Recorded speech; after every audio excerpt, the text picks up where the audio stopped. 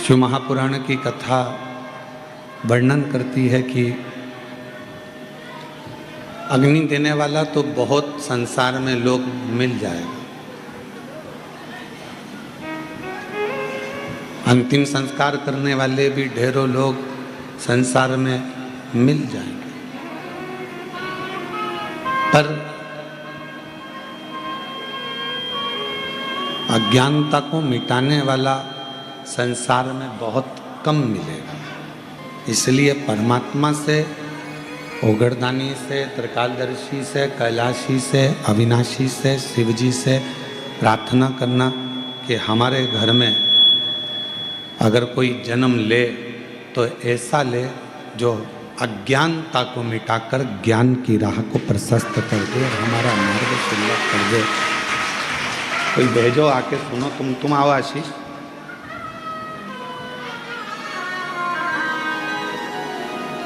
इधर जो ज्ञान का मार्ग प्रशस्त कर दे, ज्ञान की राह प्रशस्त कर दे, ज्ञान का मार्ग प्रशस्त कर दे, ऐसा कोई हमारे परिवार में, हमारे कुटुंब में, हमारे घर में जन्म।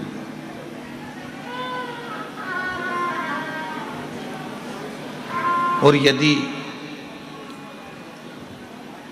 हमको ऐसा ना मिले, डिले कम कर दो, प्लेन कर दो, डिले कम कर दो,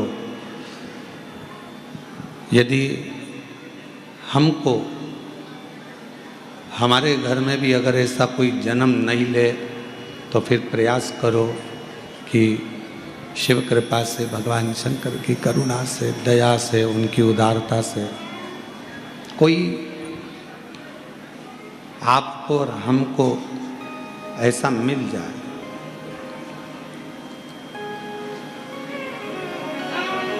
भगवान शंकर की कृपा से आपको और हमको संसार में कोई गुरु, कोई सदगुरु, कोई ऐसा संत, साधक, उपासक मिल जाए जो हमें अज्ञानता से दूर कर कर ज्ञान का मार्ग प्रशस्त करके परमात्मा के दरवाजे तक छोड़ दे, भगवान की चौखट तक छोड़। हमने पहले भी कथा में कहा, आज फिर कहते हैं, मृत्यु लोक में जन्म लेना, संसार सागर में जन्म लेना सरल है।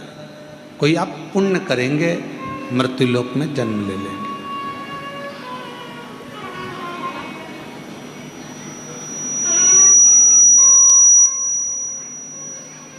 भगवत भजन करेंगे, स्मरण करेंगे, मृत्यु लोक में जन्म ले लेंगे। इस मृत्यु सागर में आपका जन्म हो जाएगा, संसार सागर में आप जन्म ले लेंगे। पर मृत्यु लोक में जन्म लेना सरल है, मृत्यु लोक में पैदा हो जाना, जन्म लेना सरल है, पर मृत्यु लोक में जन्म लेकर कुछ ऐसा कर्म कर देना कि तुम्हारे जाने के बाद भी दुनिया के लोग तुम्हें याद करें, तुम्हारे जाने के बाद भी दुनिया के लोग प्रभु का स्मरण करें। ये संसार में जन्म लेना सरल है, पर जन्म लेने के बाद भगवत भजन करना, भगवान की भक्ति करना, भगवत स्मरण करना, भगवत नाम लेना, भगवत कीर्तन करना, ये बहुत कठिन है, बहुत कठिन। और मैंने तेरे ही भरोसे बाबा, तेरे ही भरोसे हवा विच उड़ती जावागी, बाबा डोर हर तो छड़ी नाम खटी जावागी। भोले मैं तेरी भक्त, शंभो मैं तेरी भक्त, हवा विच उड़ती जावागी, बाबा डोर कटी जावही। तो मृत्यु लोक में जन्म लेना सरल है, पर मृत्यु लोक में जन्म लेकर भगवान का भजन, भगवान का स्मरण, भगवान की भक्ति, भगवत नाम ये जपना कठिन है, बहुत कठिन।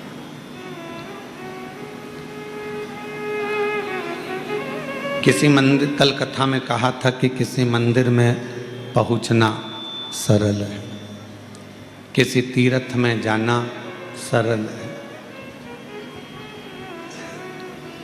माँ गंगा, यमुना, सरस्वती, कावेरी, मंदाकिनी, गोदावरी, सरयू, नर्मदा, क्षिप्रा, किसी पवित्र नदी के तट पर जाना सरल है। ये सब कुछ सरल है, इसमें कुछ भी कठिन नहीं है।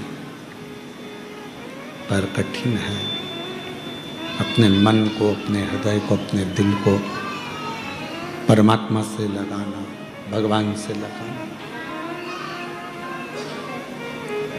आप और हम तीर्थ तक तो पहुंच जाते हैं, आप और हम मंदिर तक तो पहुंच जाते हैं, पर ये मन, ये चित्त, ये हमारा हृदय भगवान तक नहीं पहुंच पाता, दिल परमात्मा तक नहीं पहुंच पाता। कई लोग आते हैं कुबेरेश्वर बाबा के धाम में,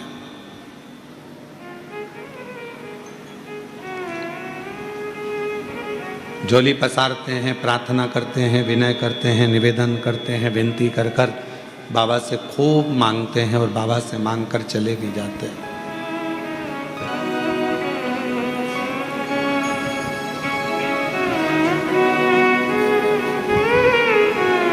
ऐसा कौन है जो कुबेरेश्वर बाबा के धाम पर आया और जिसने बाबा से नहीं मांगा? कई महाराज कहते हैं कि भगवान के सामने जाओ तो कुछ मत मांगो, कुछ मत मांगो।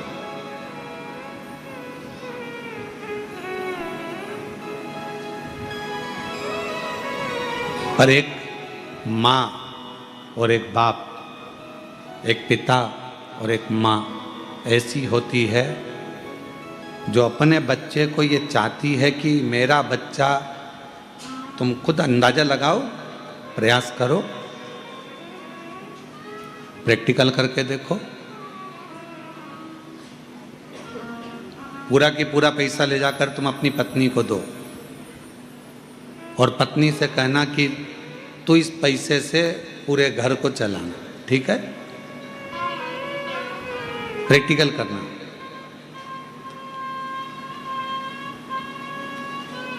माँ बाप क्या कहेंगे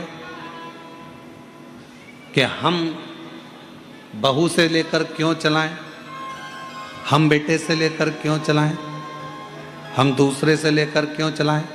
माँ बाप कहेंगे कि हम घर चलाएं और हमारे बेटा और बहू हमसे कहें, हमसे मांगे, हमसे लें, हम दें उनको, हम प्रदान करें उनको, हम दें उनको।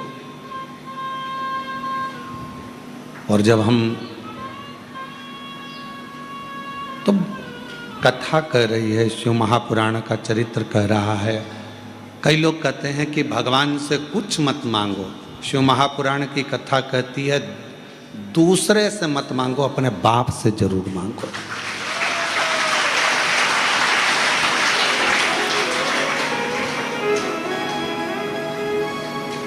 अगर उससे नहीं मांगोगे तो किसके दरवाजे पर जाकर मांगोगे? बोलो बोलो। क्या दुनिया तो चाहती है कि तुम अपने भगवान से मत मांगो, दूसरे के यहां चले जाओ।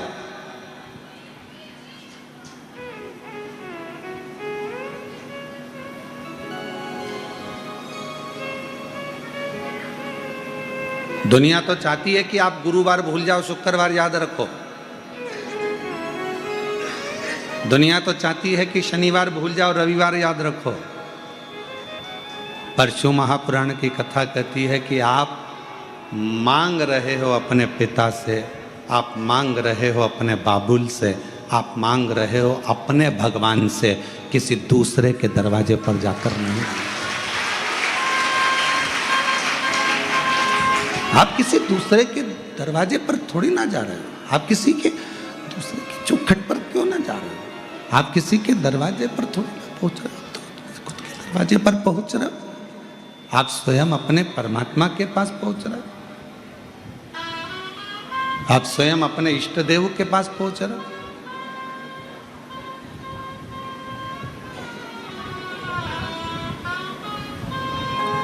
और हम उसके आश्रित होकर, हम उसकी आश्रितता में उससे जाकर मांग रहे हैं, किसी दूसरे से मांगने का हम। फिर निवेदन है, आप परमात्मा से, अपने परमात्मा से जाकर कहो, अपने परमात्मा से विनती करो, अपने परमात्मा से विनय करो, अपने परमात्मा से निवेदन करो। दूसरे के दरवाजे पर जाकर नहीं कहिए, दूसरे से जाकर नहीं बोलिए।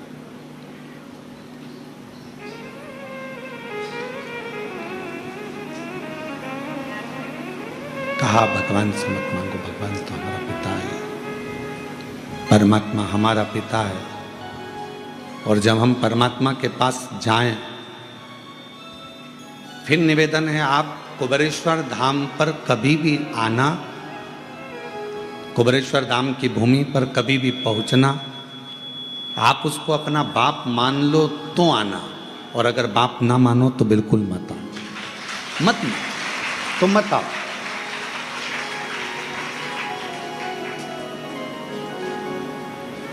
कब कृपा करता है वो? जब हम पूर्ण उसके ऊपर आश्रित हो जाते हैं।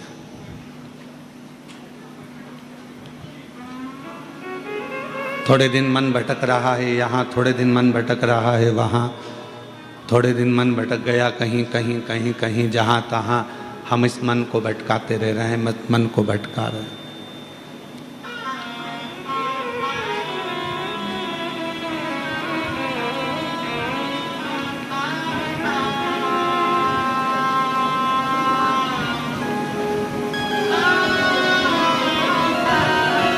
कल किसी एक व्यक्ति ने पूछा, गुरुजी हमें अपनी गाड़ी की स्पीड कितनी रखना चाहिए?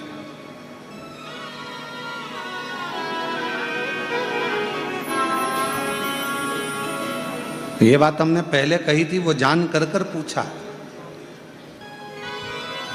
कि हमें अपनी गाड़ी की स्पीड कितनी रखना चाहिए। हमने कहा जितनी तुम्हारी उम्र हो उतनी गाड़ी की स्पीड रखो, जितनी तुम्हारी उम्र है। 18 साल के हो तो 18 स्पीड रखो, 50 साल के हो तो 50 स्पीड रखो, और 60 साल के हो तो 60, 80 साल के हो तो 80, और 90 साल के हो 90। तुम्हारी जितनी स्पीड हो उतनी स्पीड आप रखिए। आपकी जितनी उम्र हो आप उतनी स्पीड रखो, जितनी आपकी उम्र उतनी आपकी स्पीड। बच्चे कहें कि हमें गाड़ी कितनी स्पीड में चलाना है, बुजुर्ग कहे हमें गाड़ी कितनी स्पीड में चलाना है, कोई कहे हमें गाड़ी कितनी स्पीड में चलाना है। तो जितनी स्पीड आपकी हो उतनी स्पीड में आप गाड़ी चलाओ। शंभु रे बाबा।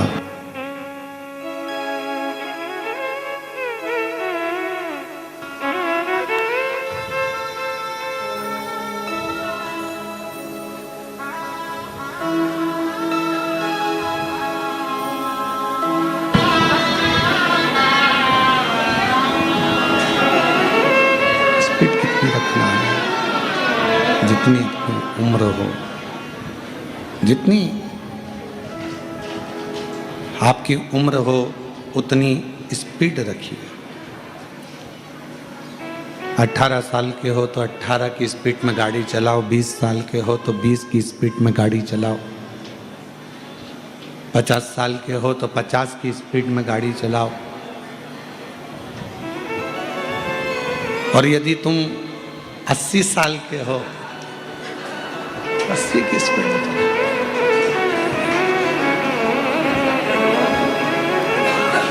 आई तुम कितने साल की हो? हाँ 72 की, तो तुम 72 की गाड़ी चला सकती हो।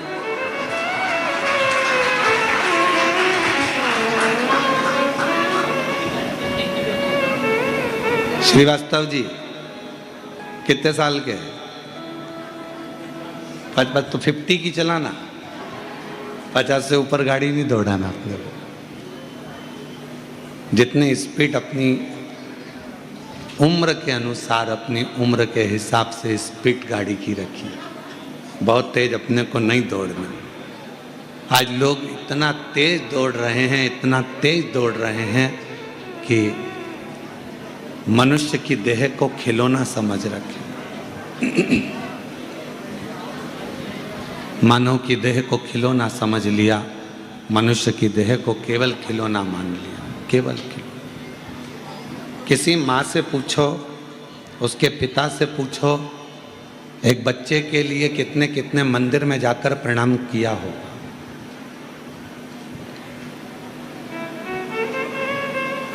एक माता पिता से पूछो कि एक बच्चे के लिए उसने कितनी जगह पर अपना सिर रगड़ा होगा। रात भर जागकर अपने बच्चे को गोदी में लेकर एक माँ बैठी रही पूरी रात, और वो बच्चा 2 मिनट में घर से गाड़ी लेकर निकला, अब भी आया, जो स्पीड में गाड़ी चलाई और मालूम पड़ा कि उसने अपनी उम्र से ज़्यादा स्पीड में चला ली, तो मालूम पड़ा निकल समाप्त हो, समाप्त हो। अब एक माँ से पूछो, एक पिता से पूछो, एक भाई से पूछो, एक सखा से पूछो कि जो चला गया उसको कितना मिस किया जा रहा है, कितना याद किया जा रहा है।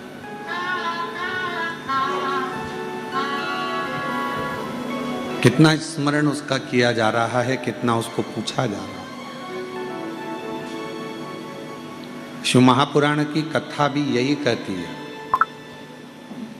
बचपन, जवानी, अधेड़ी, बुढ़ापा, 4 अवस्था परमात्मा ने दी है, और वो चारों अवस्था किसी ना किसी रूप में परमात्मा के भजन के लिए दी। अपना कर्म करने के लिए,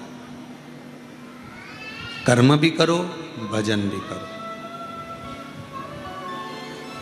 कोई तुमसे कहे कि अपना घर छोड़ दो, परिवार छोड़ दो, कुटुंब छोड़ दो, नाते छोड़ दो, रिश्ते छोड़ दो, नौकरी छोड़ दो, सर्विस छोड़ दो, बिल्कुल मत छोड़ना। कह देना सीवर वाले महाराज ने मना करा है, ना घर छोड़ूंगा, ना व्यापार छोड़ूंगा, ना नौकरी छोड़ूंगा, ना परिवार छोड़ूंगा, ना मैं कोई बाबा बनूंगा, ना मैं कोई जोगी सन्यासी बनूंगा, ना मैं तपस्वी बनूंगा। मैं तो घर में रहकर मुख से एक बार श्री शिवाय नमस्तुभ्यम कहकर परमात्मा का हो जाऊंगा, और परमात्मा मेरा।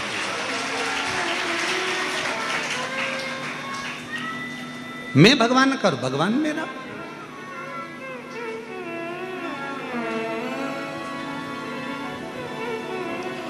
घर छोड़ने से क्या भगवान मिल सकता है? बोलो बोलो, जम के बोलो जरा। नहीं। परिवार छोड़ने से क्या भगवान मिल सकता है? नहीं। रिश्ते नाते दूर करने से क्या भगवान मिल सकता है? नहीं। पत्नी बच्चों को छोड़ दोगे तो क्या भगवान मिल जाएगा? नहीं। हमने बहुत बड़े बड़े महाराजों को भी देखा है, वो अपना अपना उत्तराधिकारी ढूंढ रहे हैं। बड़े बड़े महात्मा भी अपना उत्तराधिकारी ढूंढ रहे हैं, मतलब अभी भी उनको ये लगा हुआ है कि मेरी इतनी प्रॉपर्टी को संभालेगा कौन, तो फिर महाराज बने ही क्यों?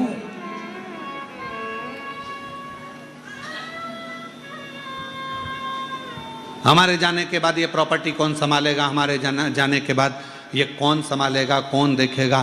तो हर जब तुम संत बन गए, साधु बन गए, तपस्वी बन गए, सन्यासी बन गए, तो फिर उत्तराधिकारी क्यों? क्यों? जब तुम आए संसार में तो तुमको ही नहीं मालूम था कि तुमने क्या बनाया है। साथ किसने दिया? उस परमात्मा। तो फिर वो उत्तराधिकारी भी वही ढूंढेगा। एक दिन ऐसा आएगा कि किसी ना किसी को लाकर फिर बिठा देगा जो उसके अधिकारी होगा, जो उस जगह का अधिकारी हो, जो परमात्मा को जानता हो, समझता हो, साधता हो, परमात्मा की भक्ति में जो डूबा रहे। धन में नहीं, वैभव में नहीं, संपदाओं में नहीं,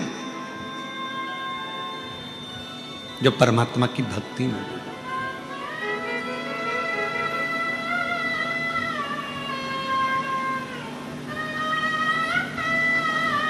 और आज के ज़माने में कोई कहे तुमसे कि तुम ये सब छोड़ दो, हम नहीं छोड़ सकते। हम घर में रहकर भगवत भजन कर कर, भगवत नाम लेकर, भगवत मंत्र का जाप कर कर, चाहे राम जपेंगे, चाहे कृष्ण जपेंगे, चाहे शिव जपेंगे, चाहे हम श्री शिवाय नमस्तुभ्यम जपेंगे, पर हमारे परमात्मा को हम भजकर परमात्मा के होंगे और परमात्मा हमारा होगा।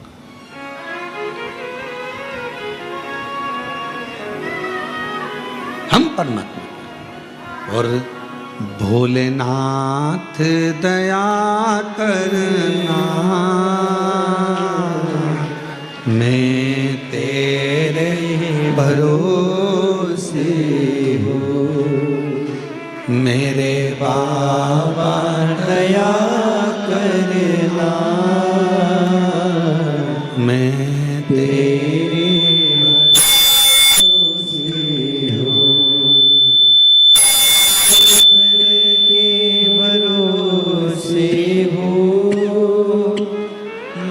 परिवार के भरोसे हो, के भरोसे हो, ना परिवार के भरोसे हो, मेरे बाबा दया करना, मैं तेरे भरोसे हूँ, मेरे बाबा दया करना, मैं तेरे भरोसे हूँ। हम उसके आश्रित होकर, उसको अपना बनाकर, अपन उसके होकर अपने जीवन को सार्थक बनाएंगे। भगवान को साथ अपनी मानव की देह, अपना मानव का शरीर, अपना मनुष्य की देह श्रेष्ठ बनाए, मानव का शरीर श्रेष्ठ बनाए। जो मिला है बड़ी मुश्किल से, तो हो सकता है कि हमें भेजा उसने अपने भजन के लिए और हम लग गए अपने काम में।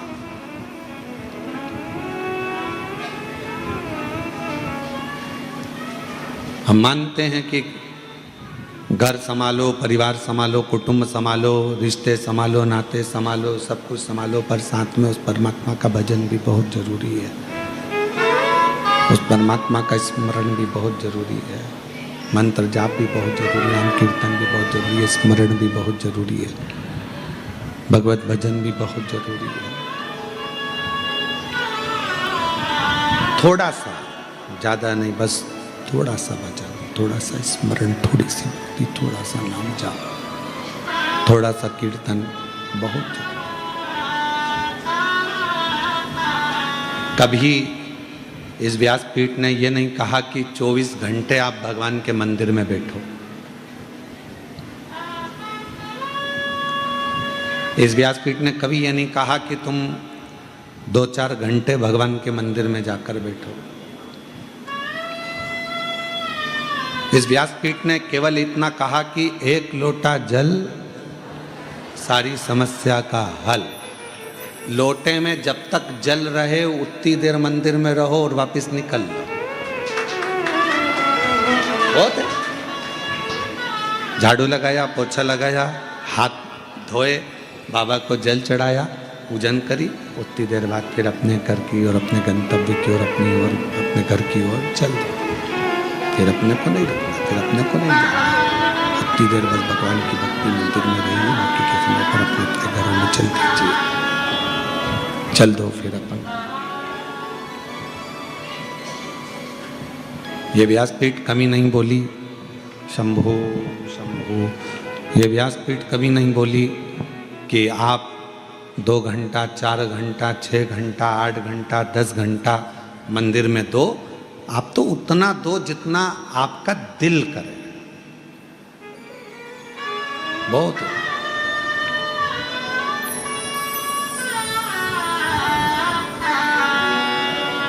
एक स्मरण में एक चरित्र आता है कि पहले जब शादियां होती थी, आज भी शादी में ये देखा जाता था कौन सी चीज कहाँ की प्रसिद्ध है। अब तुम्हारे उधर ऐसा होता है कि नहीं होता? हमारे इधर तो बहुत ही, मध्य प्रदेश में जरा मालवा क्षेत्र में, हमारे क्षेत्र में होता है। क्यों साहब, बैंड बाजा कहाँ का लाना है छोरे की शादी में?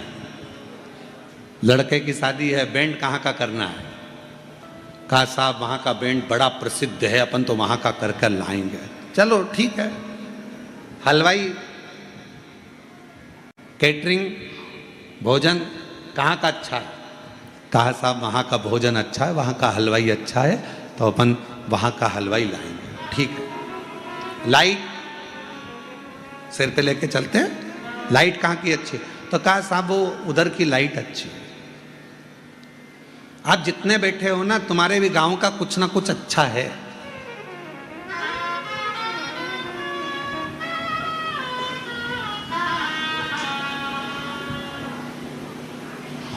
साहब छोरे की शादी करना है, फिर तो क्या साहब छोरे के लिए कपड़े? तो कहा वो वहां पर बहुत अच्छे कपड़े बनते हैं, बहुत जोरदार दर्जी है और दूल्हे के कपड़े अच्छे बनाता है। ठीक है।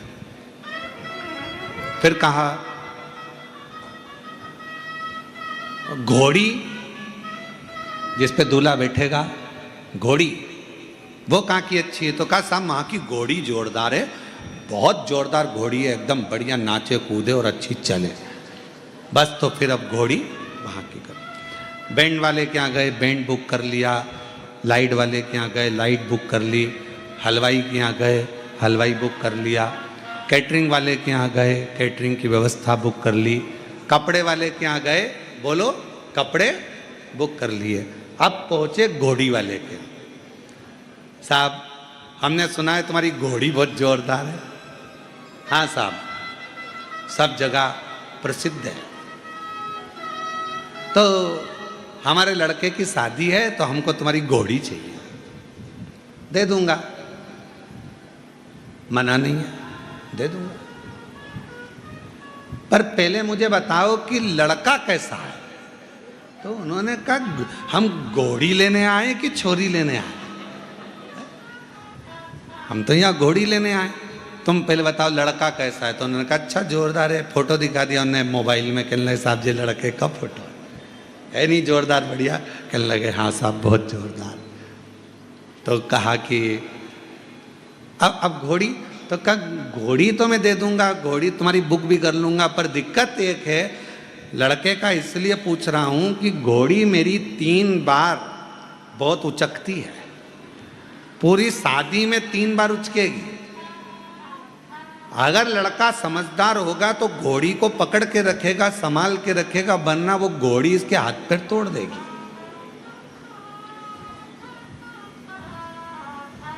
पूरा शरीर उस घोड़ी बेकार कर देगी, अभी याद रख लेना।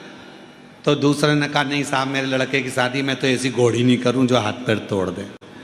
फिर दूसरे ने कहा अरे अपना अपना गांव में 4 चांद लगेगा, ऐसी घोड़ी आएगी। तो कहा ठीक है, तो तुम्हारी घोड़ी बुक।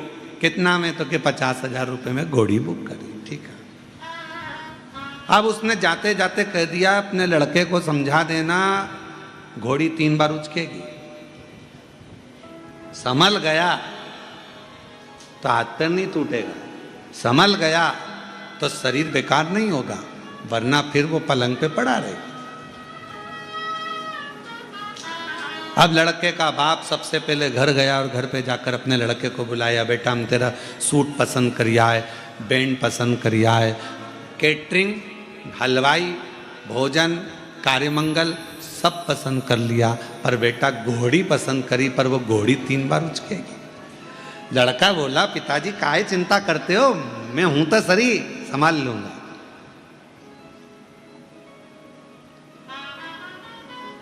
और जो घोड़ी पर बैठा दूल्हा,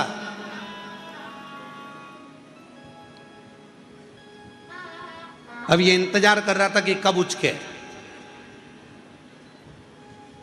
और घोड़ी भी समझदार थी, हर कहीं थोड़ी ना उचक जाऊंगी। घोड़ी ने देखा, कोई ने कुर्सी लगाई, दूल्हे को माला पहनाने के लिए खड़ा हुआ, इतनी देर में घोड़ी उचक गई। जो उचकी तो इसको मालूम था उचकी है तो पकड़ लिया जम के, पर वो कुर्सी वाला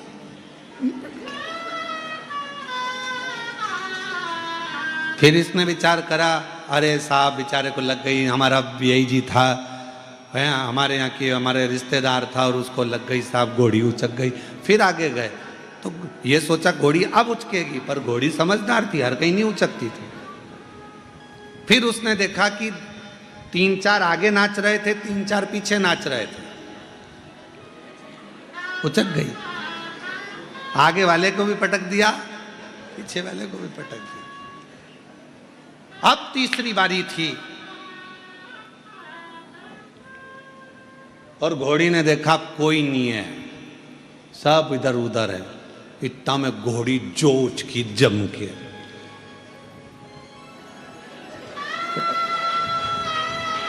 पटका तो पटका, जो पांव में थे लगे हुए, जिस पे पांव रखकर बैठा था दूल्हा, वो में पांव फंस गया और घोड़ी आगे और दूल्हा ओंधा बड़ा, सब दूर से घिसा पिटा, शरीर पूरा, हाथ पैर सब टूट गए। शादी होने वाली थी, घर में पट्टा पट्टी बांध के पूरा पड़ा हुआ था घोड़ी। तो ये शादी की घोड़ी की कथा नहीं है, ये अपनी कथा है। बचपन, जवानी और अधेड़ी उचकेगी, काम, आसक्ति, तृष्णा, लोभ, वासना, अहंकार आएगा। अगर इन तीनों में संभल गए तो तुम्हारा बुढ़ापा सुधर जाएगा, नहीं तो बिगड़ गए। उचकेगी अहंकार, ये उम्र जब जब आती है, बचपन आता है तो उचकता है, मैं ये कर दूंगा, मैं वो कर दूंगा, मैं ये कर दूंगा। जवानी आती है तो उचकता, अरे मैं सामने पट लूंगा तो टेंशन मत ले, ऐसा कर दूंगा वैसा कर दूंगा, ये उचक रहा। अधेड़ी आएगी, सब व्यापार मेरे हाथ में है, मैं सब कुछ कर सकता हूँ, सारी फैक्ट्रियां चला सकता हूँ, सारा व्यापार कर सकता हूँ, उचक रहा। अहंकार में इतना तेज मत उचक जाना कि तुम्हारा बुढ़ापा बिगड़ जाए। इसलिए याद रखना कि बारात की घोड़ी पर बैठो तो थोड़ा संभाल कर बैठना, जिससे तुम्हारी जिंदगी अच्छी चले, तुम्हारा जीवन अच्छा चले, श्रेष्ठ चले।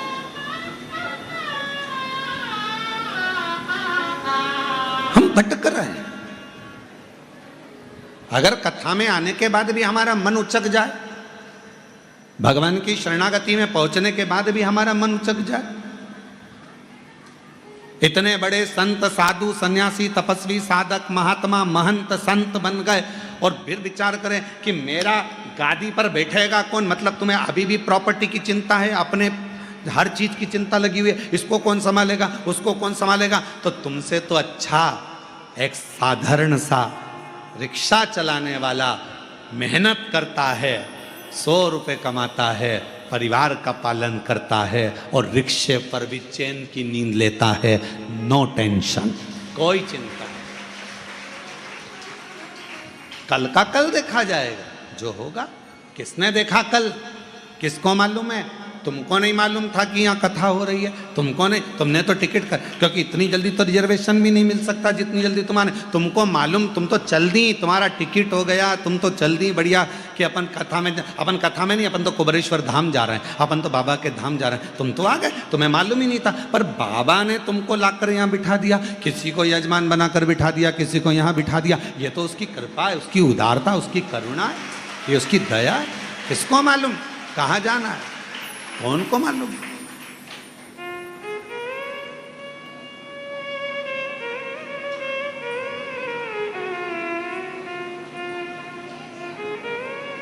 और मेरे बाबा ना, मैं तेरे भरोसे हूँ, मेरे बाबा दया करना, मैं तेरे भरोसे हूँ, नांगल के भरोसे हूँ, ना परिवार के भरोसे ना घर के भरोसे हो ना परिवार के भरोसे हो भोले बाबा दया करना मैं तेरे भरोसे हूँ मेरे बाबा दया करना मैं तेरे भरोसे हूँ। आएगा समय, बचपन, जवानी, अधेड़ी, ये सब आएगा और हम अहंकार में, काम में, आसक्ति में, लोभ में, तृष्णा में, वासना में, हर एक में हम बहुत उचकेंगे, बहुत उचकेंगे। पर संभलना आपको और हमको है, साधना आपको और हमको है।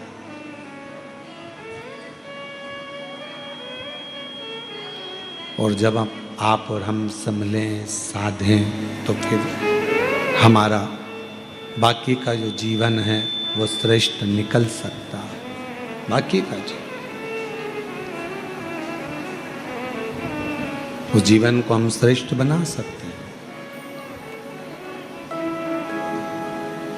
कथा कह रही है, भगवान शिव का पवित्र चरित्र कह रहा। माँ जगत जननी जगदम्बा अम्बा माँ पार्वती जी का प्रागट्य हिमालय राज के घर में हुआ माँ सती के जाने के बाद।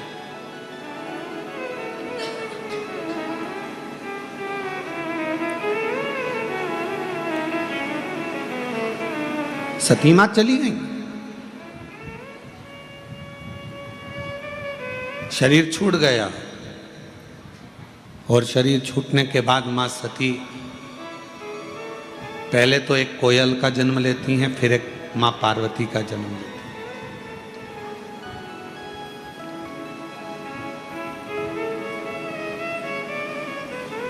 माँ जगत जननी पार्वती के रूप में प्रकट हुई।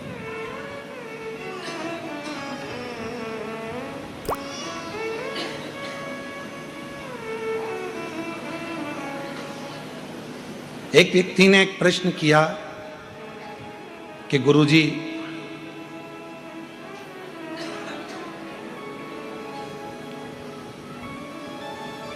हिमालय राज्य की बेटी का नाम पार्वती, क्या मां पार्वती का नाम संपूर्ण विश्व के शांति को, पोषण को, विश्व भरण को, संपूर्ण विश्व के पेट भरने को जागृत करता है?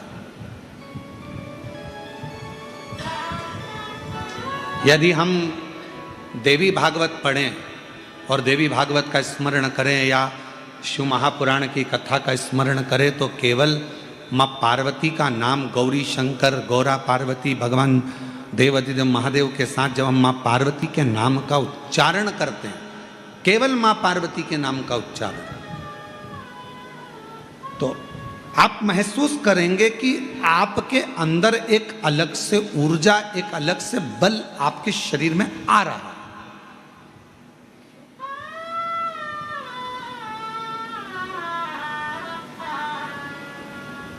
कभी कभी डॉक्टर साहब ग्लूकोज की बोतल चढ़ा देते हैं। बोलो चढ़ाते कि नहीं चढ़ाते?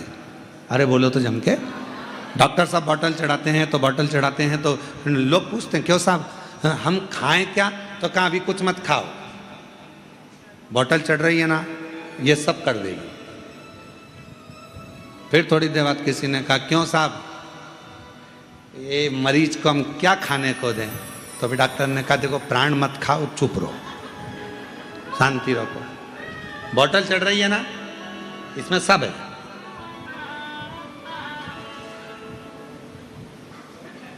इस बोतल में सब कुछ है, चिंता मत करो।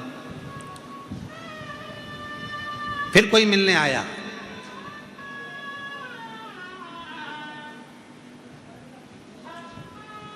क्यों डॉक्टर साहब 6 घंटा हो गया इन्हें पड़ा पड़ा, कुछ तो खाने का देना चाहिए ना।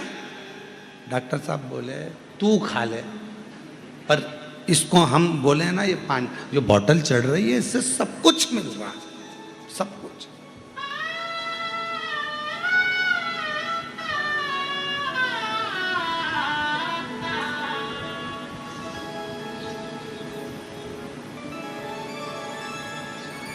फिर एक व्यक्ति आया, समझदार था, पढ़ा लिखा था, अच्छा था। उसने देखा, साहब तुम्हारे शरीर में जब से ये तुम घर से चले थे जब बहुत बीमार दिख रहे थे, पर ये बोतल लगने के बाद तुम्हारा शरीर में एनर्जी दिख रही है, बल दिख रहा। दूसरे ने कहा इसने तो कुछ खाया ही नहीं है और तुम कह रहे हो कि इसके शरीर में एनर्जी दिख रही है, बल दिख रहा है।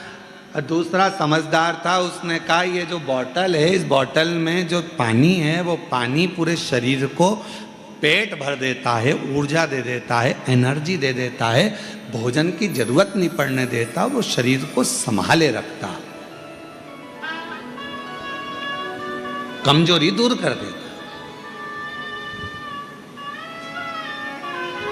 और यही है भगवान शंकर ने देखा जब पूरा विश्व भूख से बिलख रहा था, अन्न नहीं था, पूरी पृथ्वी के अन्न को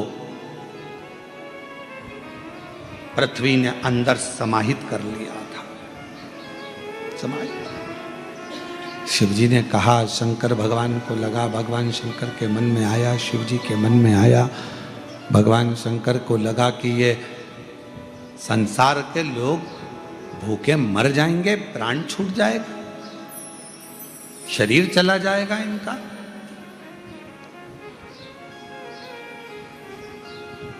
कौन इनको जपेगा, क्या होगा? तब भगवान देवाधिदेव महादेव ने अपने डमरू का नाद किया और डमरू का नाद कर कर उस नाद में से एक शब्द प्रकट हुआ।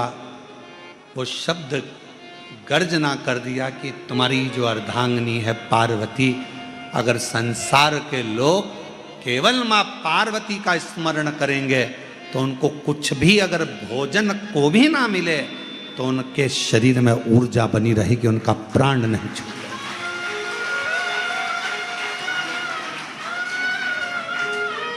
मां पार्वती स्वयं अन्नपूर्णे सदा पूर्णे शंकर प्राणवल्लभ। भगवान शिव की प्रियता, आनंदता, भगवान शंकर की प्रसन्नता, भगवान शिव की एक आनंदता।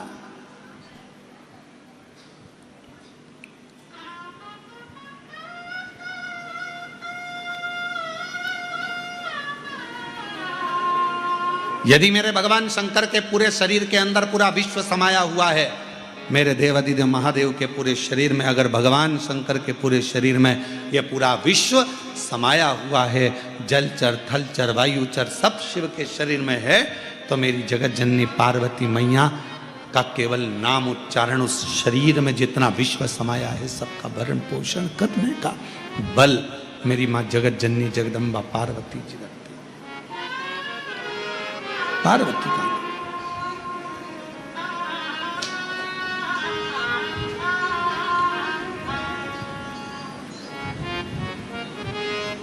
4 नवरात्रे होते हैं। कितने? 4। 2 नवरात्रे गुप्त होते हैं, 2 नवरात्रे तुम्हारे सामने आते हैं, एक चैत्रीय एक शरदीय। ये श्राद्ध विराम हो जाएगा, फिर नवरात्रे प्रारंभ हो जाएंगे, शरदीय नवरात्रे प्रारंभ। क्यों भैया? कभी किसी ने पूछा कि 4 नवरात्रे होते हैं?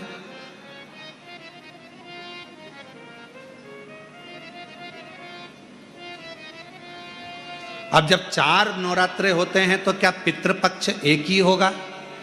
जम के बोलो जरा। पितृपक्ष भी 4 ही बार आता है। हम उसको 3 बार जान नहीं पाते, पर चौथे बार में हम शरदी आने से पहले उसका स्मरण करते, हम उसका स्मरण करते।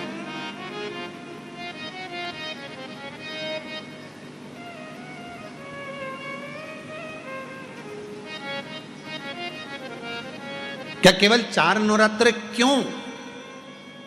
मां जगतजननी की आराधना 4 बार 4 नवरात्र के रूप में क्यों होती है? हमारा बचपन, हमारी जवानी, हमारी अधेड़ी और हमारा बुढ़ापा, 4 अवस्था में यह नवरात्रे की जो साधना होती है, नवरात्रे में जो आराधना होती है, जो नवरात्रे में माँ आद्य शक्ति दुर्गा भवानी माँ पार्वती की पूजन होती है, माँ गोरा के रूप में, चंद्रघंटा के रूप में, स्कंद के रूप में, कुष्मांडा के रूप में, माँ कात्यायनी के रूप में, माँ कालरात्रि के रूप में, जब हम माँ आद्य शक्ति की आराधना करते हैं तो वो नवरात्रे हमारे शरीर को एक ऊर्जा देते हैं, एक एनर्जी देते हैं, एक बल देते हैं।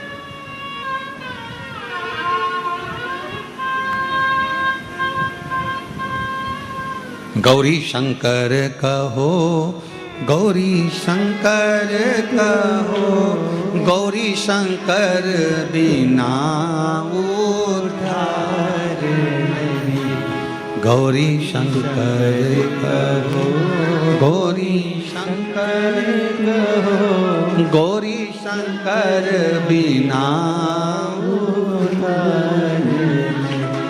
गौरी शंकर कहो, गौरी शंकर कहो, गौरी शंकर बिना उद्धार नहीं। गौरी शंकर बिना उद्धार नहीं।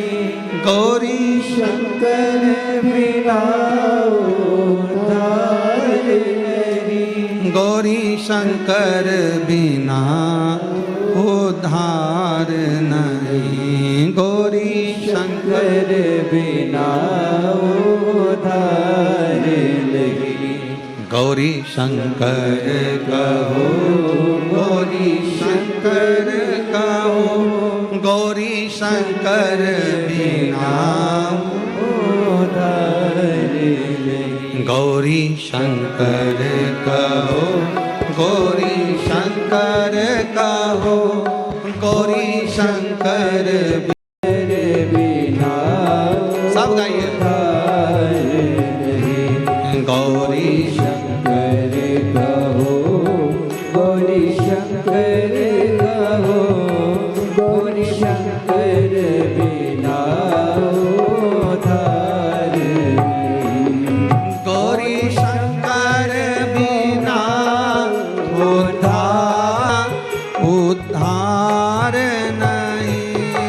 गौरी शंकर बिना उद्धार नहीं। गौरी शंकर बिना उद्धार नहीं।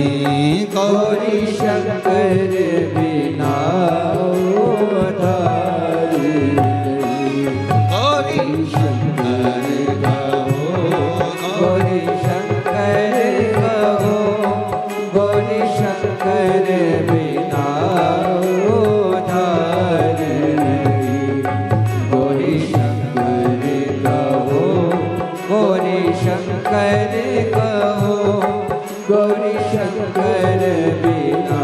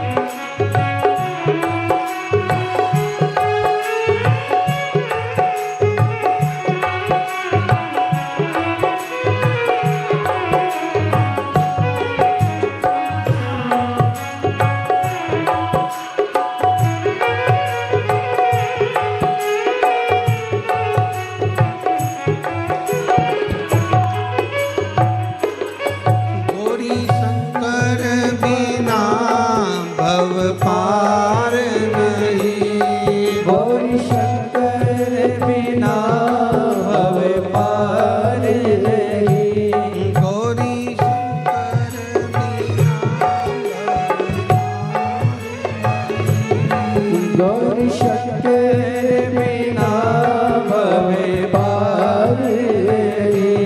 गौरी शंकर बिना भव पार नहीं। गौरी शंकर बिना भव पार नहीं। गौरी शंकर बिना भव पार नहीं। गौरी शंकर बिना भव पार नहीं। गौरी शंकर कहो, गौरी शंकर कहो, गौरी शंकर बिना उद्धार नहीं। गौरी शंकर कहो, गौरी शंकर कहो, गौरी शंकर बिना उद्धार नहीं।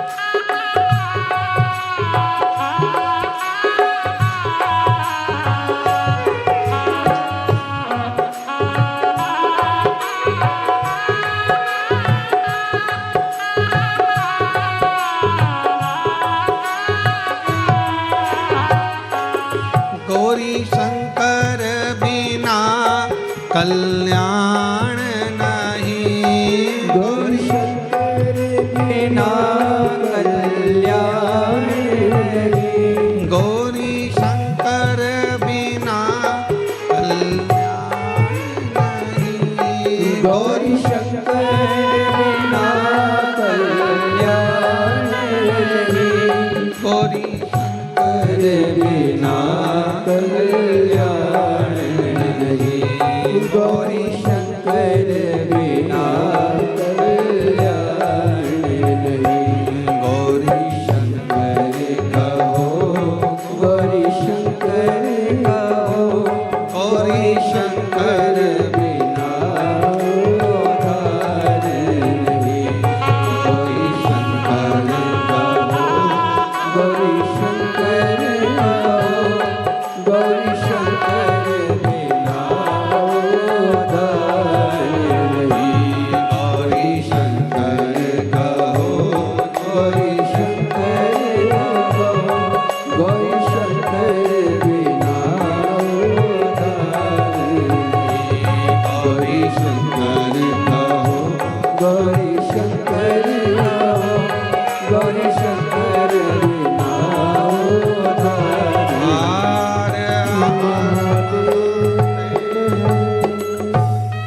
भगवान देव अधिदेव महादेव भगवान शिव की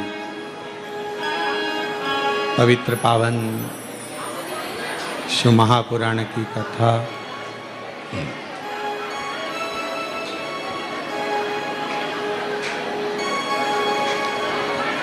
आज प्रदोष के दिन आप और हम सभी ऑनलाइन इस शिव महापुराण की कथा शिव महापुराण की कथा को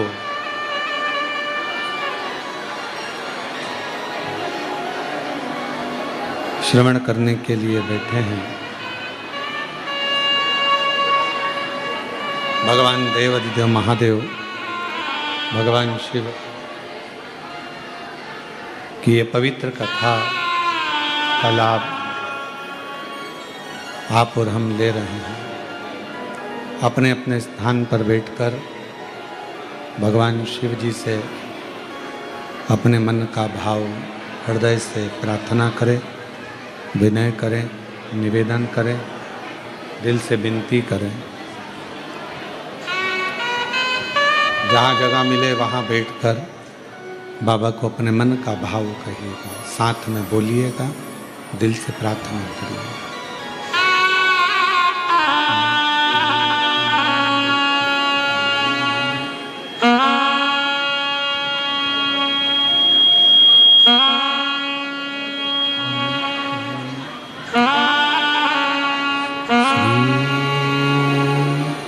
शिवाय नमस्तुभ्यं श्री शिवाय नमस्तुभ्यं श्री शिवाय नमस्तुभ्यं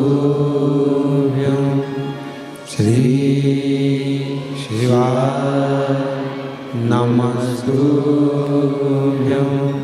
श्री शिवाय नमस्तुभ्यं। भोला सब दुख काटो हमारा, ओ भोला सब दुख काटो हमारा। शिव शंकर जप तेरी माला, भोले बाबा जप तेरी माला। भोला सब दुख काटो हमारा, ओ भोला सब दुख काटो हमारा। वेश है मंगल मंगलकारी, वेश है मंगल मंगलकारी। शमशान वासी हमारा, शमशान वासी हमारा। ओ भोला सब दुख काटो हमारा, ओ भोला सब दुख काटो हमारा।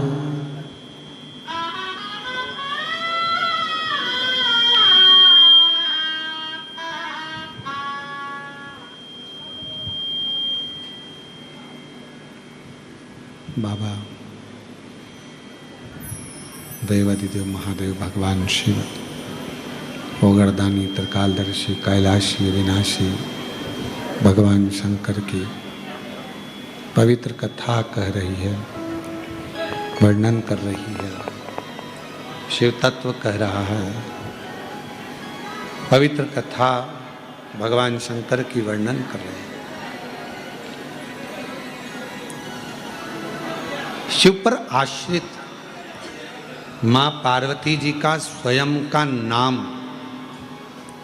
माँ शक्ति दुर्गा भवानी जगदम्बा जगत जननी माँ अम्बे का नाम जगत का भरण पोषण करने का काम कर।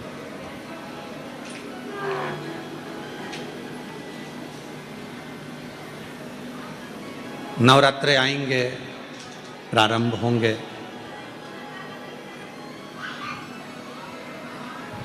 उस नवरात्रे में अब की बार तो नवरात्रे 10 दिन के हैं। आप सभी को बहुत बहुत बधाई हो उसकी।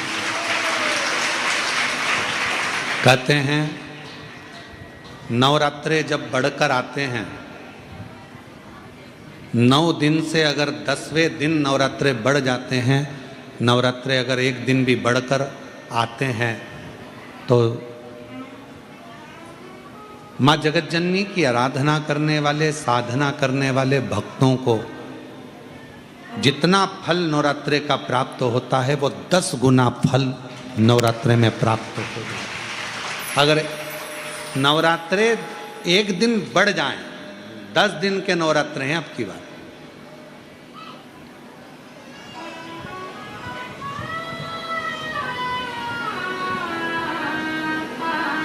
जो शारदीय नवरात्रे इस वर्ष प्रारंभ हो रहे हैं वो 10 दिन के हैं, बढ़कर आ रहे हैं। शिव शक्ति की खूब आराधना करो, भगवान शंकर और पार्वती की खूब साधना करो, शिव पार्वती का भजन करो, शिव पार्वती का स्मरण करो, शिव पार्वती की भक्ति करो, मंत्र जाप करो, नाम जाप करो, कीर्तन करो, आराधना करो, साधना करो, वो फल देते हैं।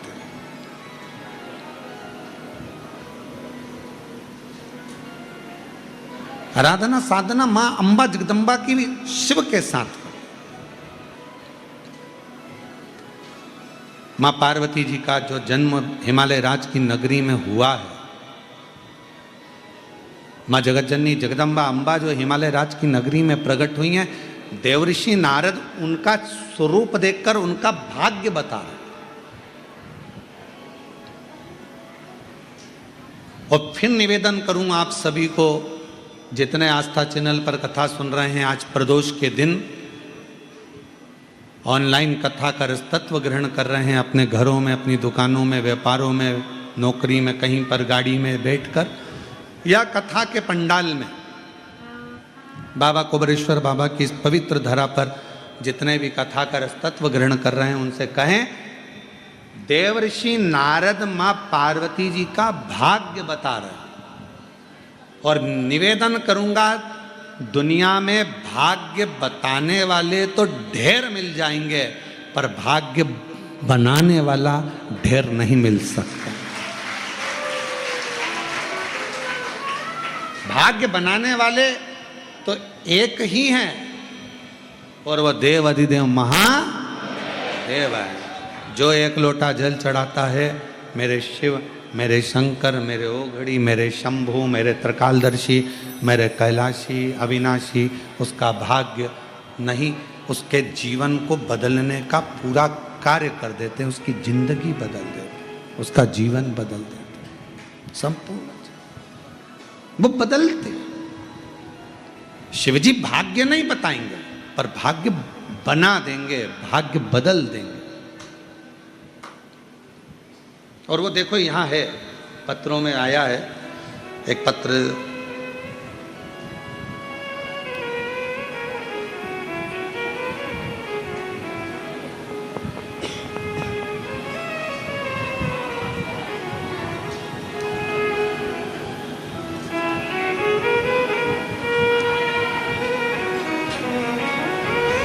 मैं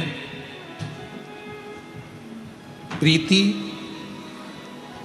मुखारिया, पति दिलीप मुखारिया,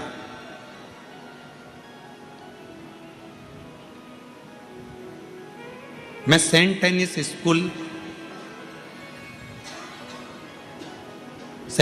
स्कूल रोड, चाणकपुरी, सीहोर की निवासी हूं। मैं सीहोर की निवासी हूं। मेरा परिवार विगत 3 वर्षों से कुबेरेश्वर धाम से जुड़ा हुआ है। गुरुदेव, मैं सीहोर में कई वर्षों से रह रही हूँ। Saint Tennis School Road, Chanakpuri, Sehore के निवास है मेरा मोबाइल नंबर है। लगभग 3 वर्षों से हम कुबेरेश्वर बाबा से जुड़े हुए हैं। प्रति माह 1 या 2 बार हम कंकर शंकर की पूजन करने के लिए अपने घर से कुबेरेश्वर धाम तक आते हैं। 2 साल से मेरे पति कावड़ यात्रा में शामिल हो रहे हैं। जब भी उनकी आपकी कथा सीहोर अग्रवाल धर्मशाला या कुबेरेश्वर धाम पर होती है, हम जरूर सुनने के लिए आते हैं। बाबा ने हमें इतना दिया कि हम बयान नहीं कर सकते।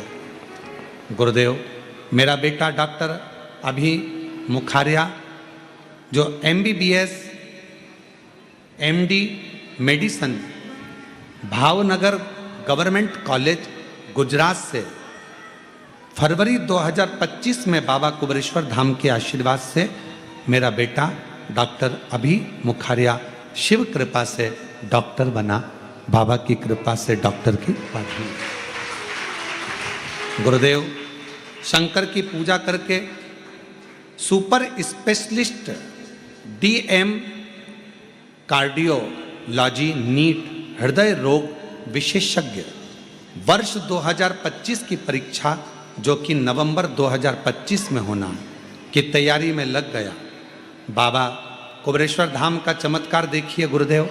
नीट सुपर स्पेशलिस्ट वर्ष 2024 की परीक्षा जो कि नवंबर 2024 में होना थी, किसी कारणवश मार्च 2025 में हुई, जिसमें मेरे बेटे को परीक्षा में बैठने का मौका मिला। नीट सुपर स्पेशलिस्ट वर्ष 2024 का रिजल्ट आने पर बेटे को DM कार्डियोलॉजी द्वारा हृदय रोग विशेषज्ञ में Dinanath Mangeshkar hospital and research centre Poona Maharashtra में जून 2025 में एडमिशन मिल गया। मैं बाबा को यहाँ पर प्रणाम करने के लिए आया। मैं बाबा को यहाँ धन्यवाद देने आई हूँ। एक लाइन आपने बहुत अच्छी लिखी है, तेरी कृपा का क्या है भरोसा, कब किस पर हो जाए, जरा सी हम पर कर दो, जरा सी हम पर कर दो, जिस पर भी हो गई तेरी कृपा करुणा वो भव पार हुआ। मैं प्रीति मुखारिया पति Shri Dilip Mukharia Saint Annes School Road Chanakpuri Sehore निवासी में बहुत सारी बधाई आपको। बहुत एक बार जोरदार ताली बजाकर बधाई। हो गई तेरी कृपा करुणा वो भव पार हुआ, भव पार हुआ। हृदय रोग का सुपर स्पेशलिस्ट डॉक्टर बनने जा रहा है बेटा। एक बार जोरदार ताली बजाकर सुपर। ये शिव की कृपा, शंकर की कृपा। गुरुदेव हम रहते यहीं सीहोर चाणकपुरी में और हर महीने में 1 से 2 बार कुबेरेश्वर धाम आकर बाबा का पूजन करना, कंकर शंकर पूजन करना और कावड़ यात्रा शामिल। ये शिव का एक पत्र और अच्छा सुंदर है।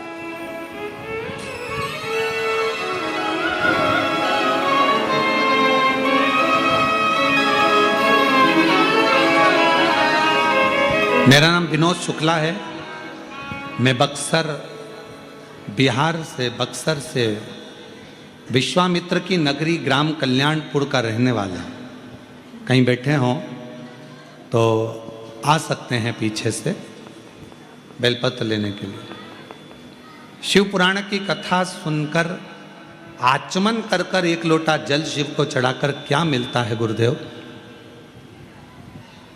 गांव से शहर की ओर जा रहा था, तब एक हिरण के अचानक बीच में आ जाने से मेरी मोटरसाइकिल से मैं गिर गया। हिरण के द्वारा, उसके झुंड के द्वारा मैं पूरा शरीर से दिक्कत में आ गया। मेरा पूरा शरीर बहुत तकलीफ में आया।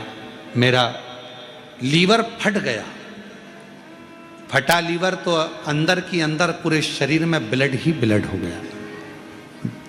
ब्लड इतना ज़्यादा शरीर के अंदर भरा गया कि कुछ ही देर के मेरे प्राण बचे। मुझे बक्सर, पटना और बिहार के जितने बड़े बड़े हॉस्पिटल हैं सब तो लेकर जाया गया, पर सब ने जवाब दे दिया मेरे शरीर ठीक नहीं, कुछ देर का। तब पटना के IIMS में भर्ती किया गया और वहाँ इलाज शुरू हुआ, पर डॉक्टर ने कह दिया कि शरीर बचेगा कि नहीं बचेगा इसकी जवाबदारी नहीं। गुरुदेव तभी मेरे परिवार के किसी व्यक्ति ने तुरंत शिव के मंदिर जाकर बाबा शंकर को जल चढ़ाकर उसका जल लाकर मेरे शरीर में लगाया, एक बेलपत्र मेरे सिराने दी, 2 बूंद मेरे होठ पर लगाई। बाबा का मैं क्या गुणगान करूं, ऐसा लग रहा था कि मेरे शरीर में कोई ऊर्जा आई है। और बच्चों द्वारा बेलपत्र लाकर देना, पलंग पर रखना, जल शरीर को लगाना। बाबा ने ऐसी कृपा करी गुरुदेव, डॉक्टर ने तो मना कर दिया था कि शरीर नहीं बचेगा, पर बाबा की कृपा से आज मैं पूर्ण तरह से स्वस्थ हूं। और शिव की कृपा से बाबा शंकर शंकर है, हम जानते नहीं थे कि शिव इतनी कृपा करता, करुणा करता। एक विश्वास,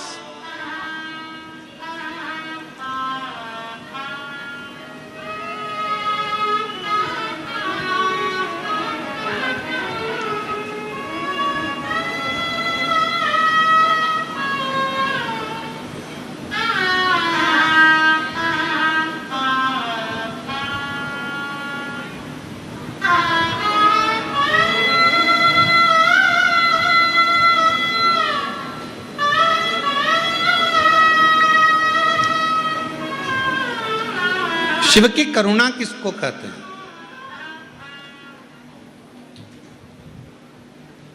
जहां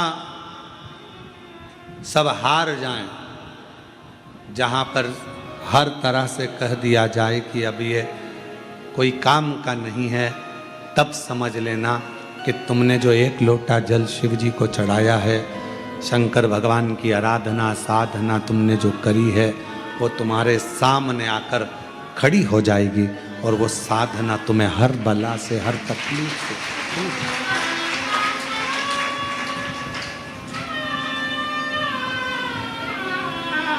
सब दुख दूर हो।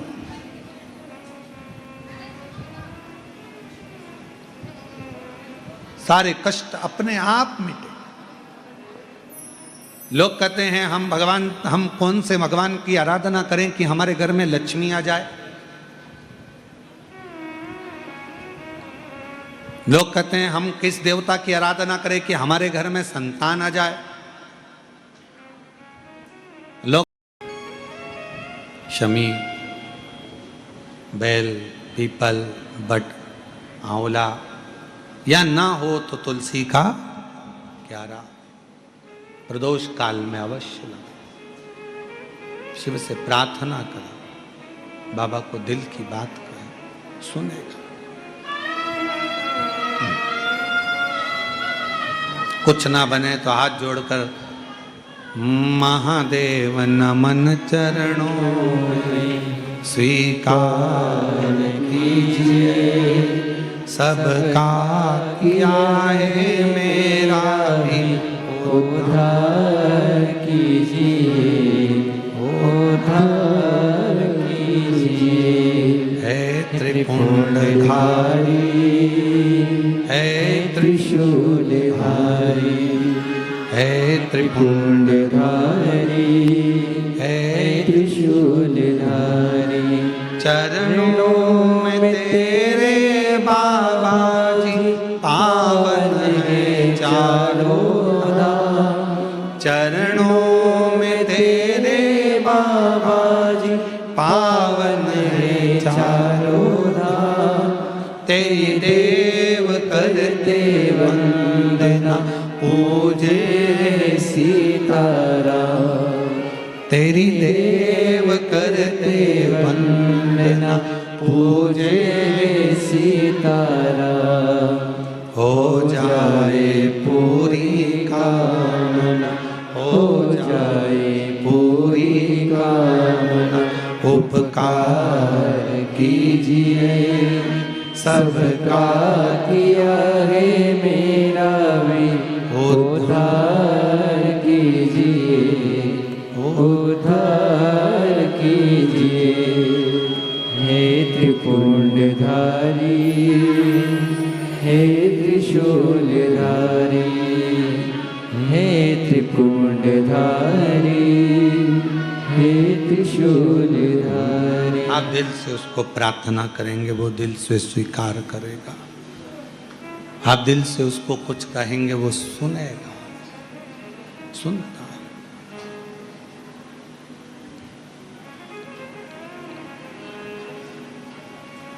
पार्वती मैया का भाग्य देवऋषि नारद बता रहे हैं।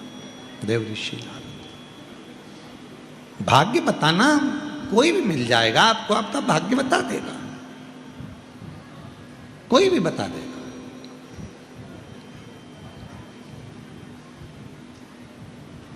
रोड पे बैठा हुआ एक तोता भी तुम्हारा भाग्य बता देता है।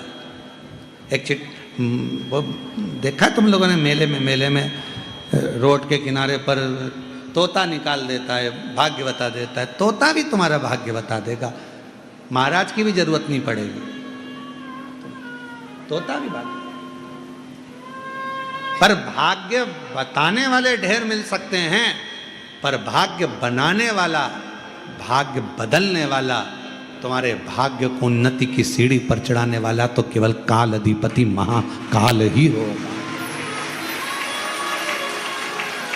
अकाल मृत्यु वो मरे जो काम करे चंडाल का, काल उसका क्या बिगाड़े जो भक्त हो महा। तुम्हारा भाग्य बनाने वाला तो काल अधिपति महाकाल।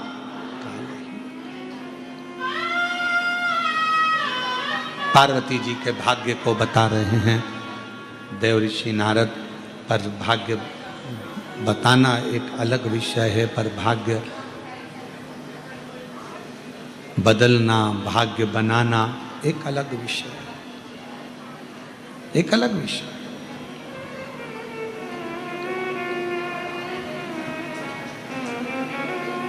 कह दिया नारद जी ने कि इनको जो मिलेगी, इनको जो पति मिलेंगे, भस्मी रमाने वाले, जटाजूट बांधने वाला, नग्न वेशधारी, ऐसा पति इनको प्राप्त होगा। सुन लिया, हिमालय राज जी ने भी सुना, पार्वती जी ने भी सुना, बता दिया।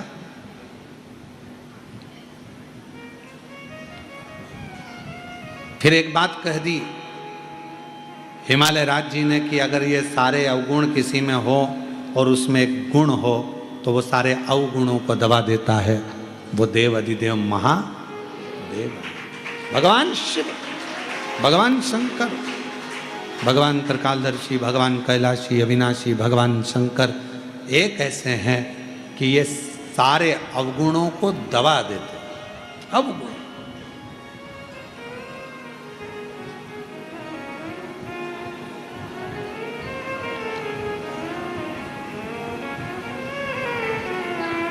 कहा,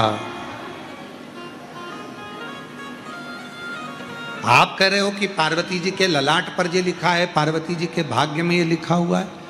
आप कह रहे हो कि पार्वती जी के जीवन में ऐसा ऐसा कष्ट आएगा, पार्वती जी का जीवन ऐसा रहेगा,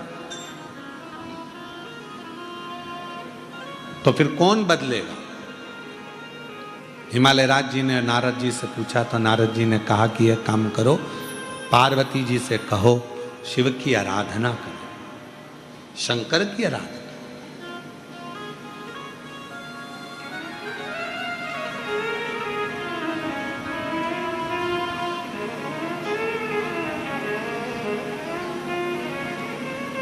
शंकर की आराधना, हाँ।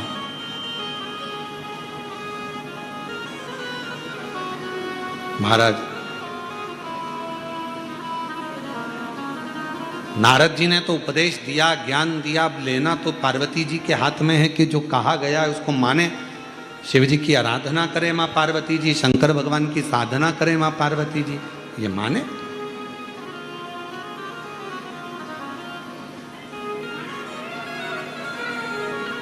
अभी हमारे कुछ दिन पहले हमारे सीहोर में कोई साइकिल वाला साइकिल देने आया। जो सीहोर में रहते होंगे वो बात को जानते होंगे, है ना। कोई साइकिल वाला साइकिल देने आया। उसने एक ग्राउंड था, चर्च ग्राउंड, उस चर्च ग्राउंड के अंदर उसने ढेर सारी साइकिल रख दी और सूचना कर दी कि मात्र कुछ रुपए में 2000, 1500 कुछ रुपए में साइकिल। फिर सूचना कर दी कि फ्री।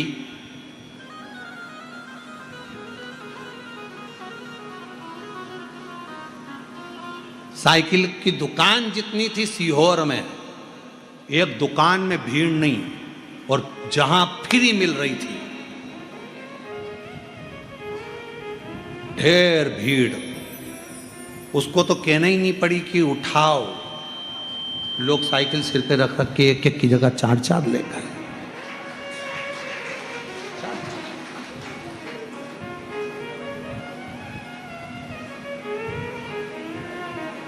फ्री में साइकिल मिली तो लोग इकट्ठे हो गए, और अगर वही फ्री में मेरे देव अधिदेव महादेव का अगर कहीं छावनी में, कस्बा में, गंज में और पूरे सीहोर में कहीं भगवान की अगर भजन संध्या हो रही हो तो कोई आएगा? 10 बजे तक माइक पे चिल्लाते रहेंगे, इतने बड़े गायक कलाकार आए हैं, इनने ये सीढ़ियाँ निकाली, ये गायन कराए, और आज हमारे यहाँ कस्बा में, मंडी में, छावनी में, गंज में उनकी भजन संध्या होगी।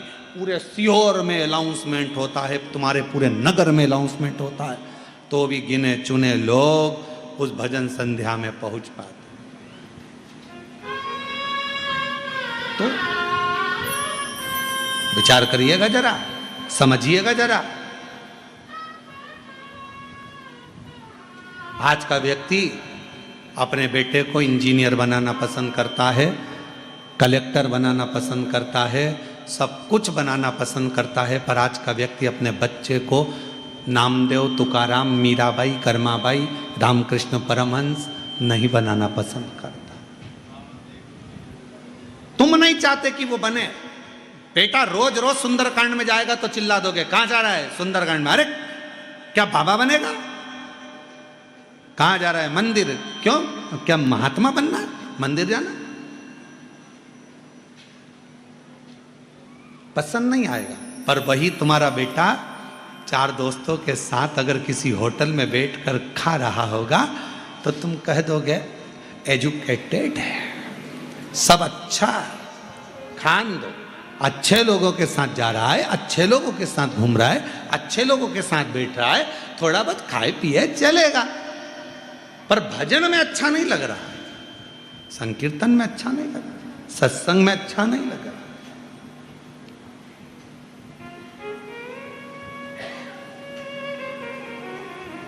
बहुत कठिन है भारत। भगवान की भक्ति का पथ बहुत कठिन है, बहुत कठिन, बहुत कठिन।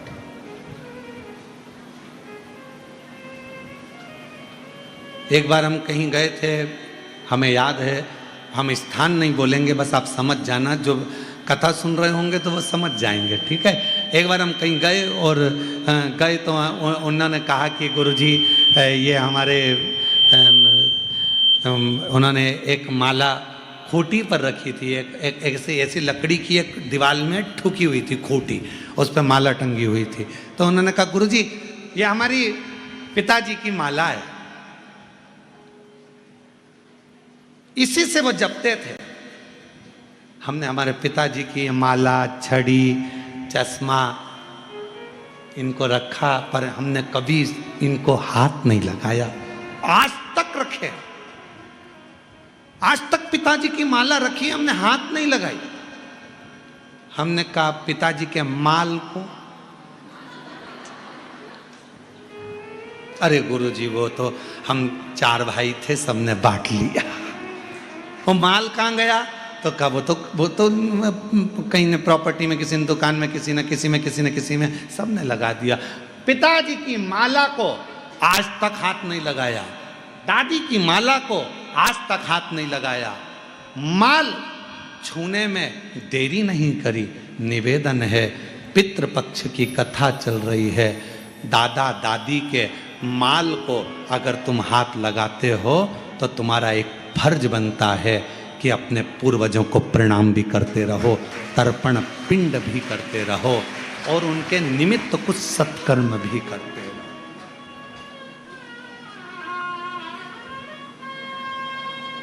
करते। फिर किसी ने कहा गुरुजी हम हमारे पूर्वजों को क्यों प्रणाम करें, हम हमारे पितरों को क्यों प्रणाम करें, हम हमारे पूर्वजों को क्यों नमन करें।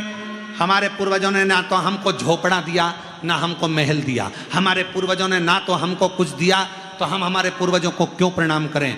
मेरा निवेदन है, तुम्हारे पूर्वजों ने तुम्हारे को जन्म तो दिया, तुमको जन्म तो दिया, झोपड़ा नहीं दिया, महल नहीं दिया, पर जन्म तो दिया। यह मानव का शरीर तुम्हारे पूर्वजों से प्राप्त हुआ है, और अगर पूर्वजों से प्राप्त हुआ है, ये शरीर तुमको मिला है, ये तुम्हें प्राप्त हुआ है, तो इस शरीर से उनको धन्यवाद देते रहा करो कि आपकी कृपा से ये पूरा शरीर मिला, पूरा शरीर, अधूरा नहीं।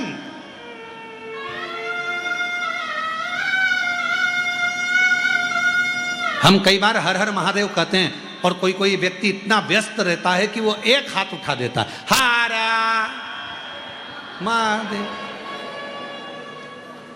अब हमको देखकर बड़ा विचित्र लगता है कि बताओ, हर हर महादेव कर रहे हैं, हम हाथ जोड़कर कर रहे हैं, श्री शिवाय नमस्तुभ्यम, और वो श्री शिवाय नमस्तुभ्यम महाराज,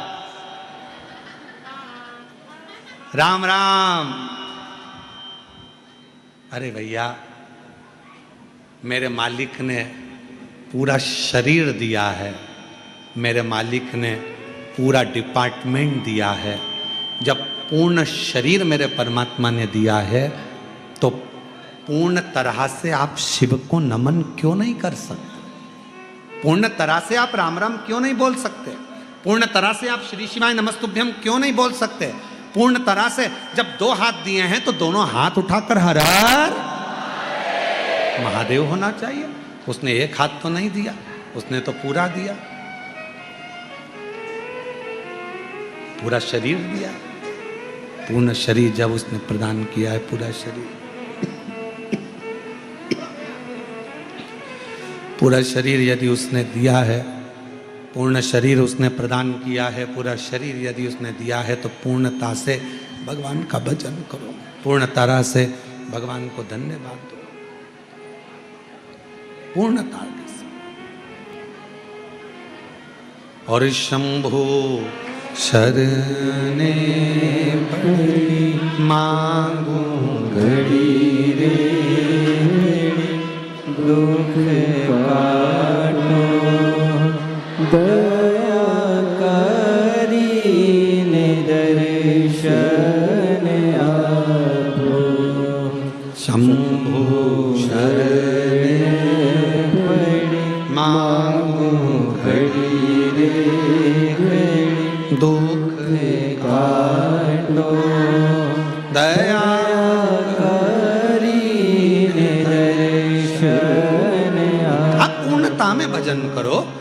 हमने पहले भी कहा, आप एक मुट्ठी भरकर चावल नहीं चढ़ा सकते, मत चढ़ाओ। एक चावल का दाना पूर्ण आखा शिव जी को दो।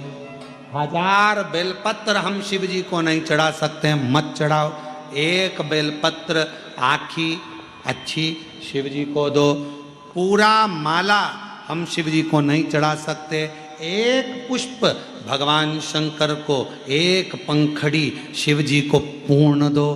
भगवान शंकर को एक लोटा जल पूर्ण दो, और भगवान शंकर को अपना दिल भी पूर्ण दो। शिव स्वीकार।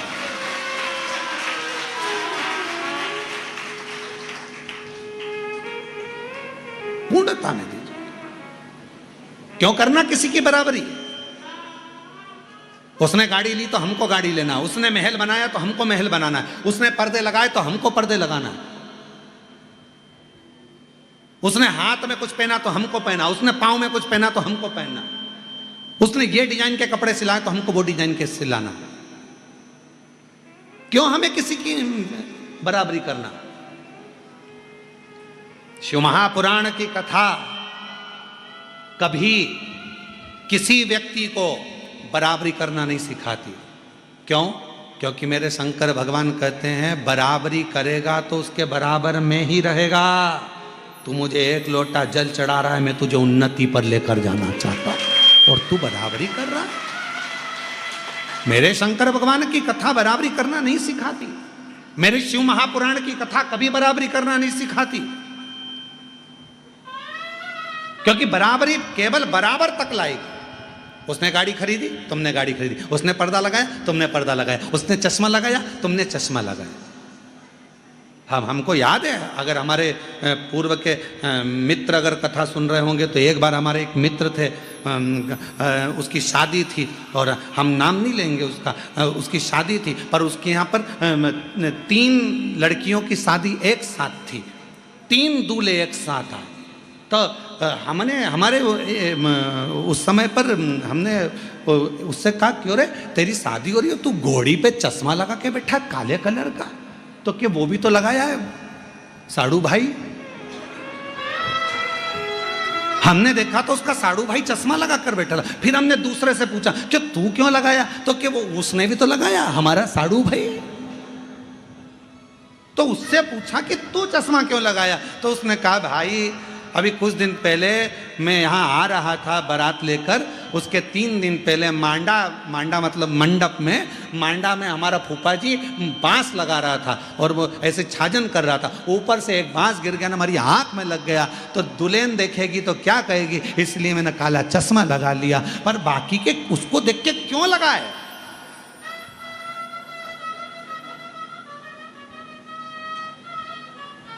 ये तो उसी में का हल हो गया। जैसे ऑफिस में जो देरी से आता था वो लिखता था कि देर से क्यों आए, ठीक है।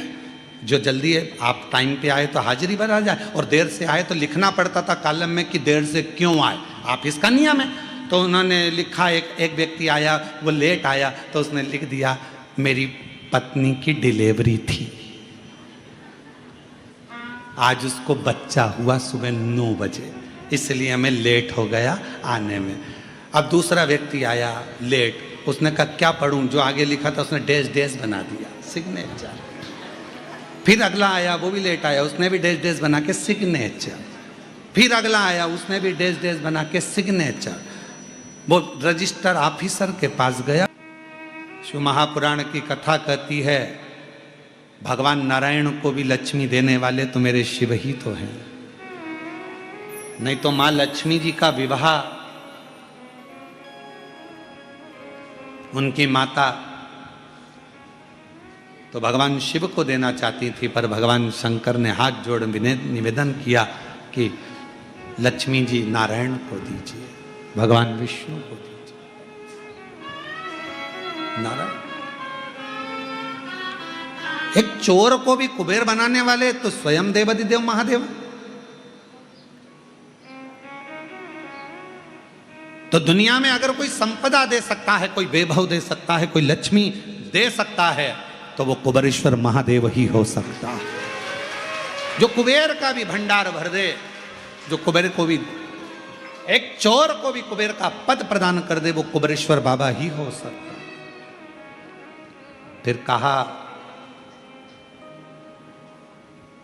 संतान तो शिव।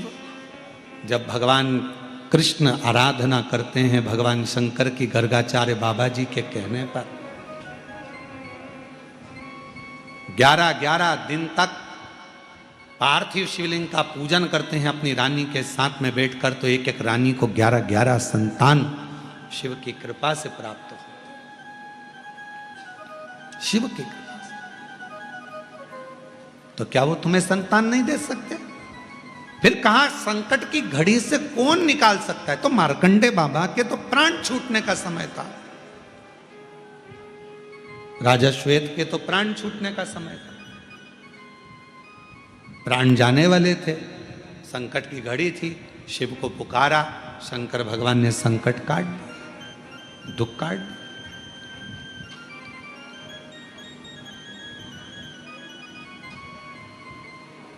कौन ना?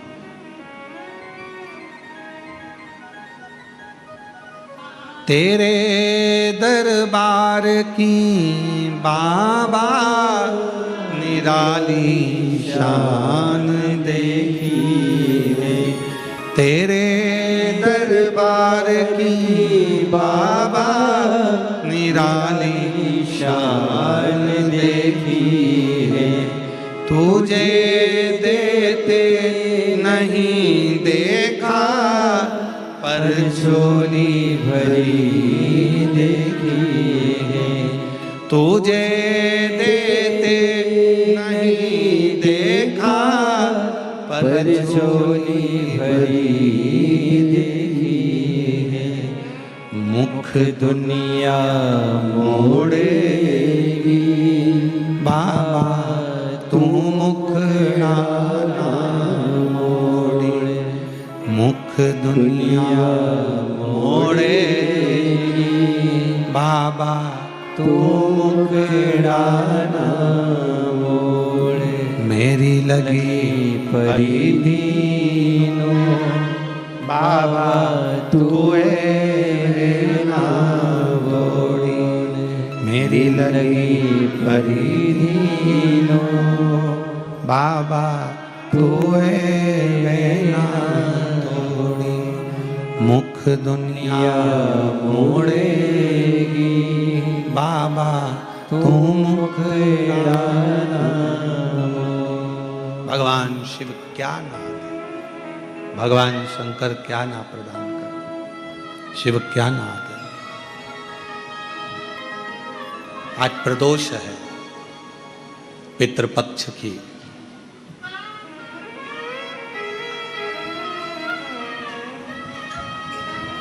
उससे आप दिल से प्रार्थना कर कर, हृदय से अपनी बात कहकर, एक चावल का दाना, एक बेलपत्र,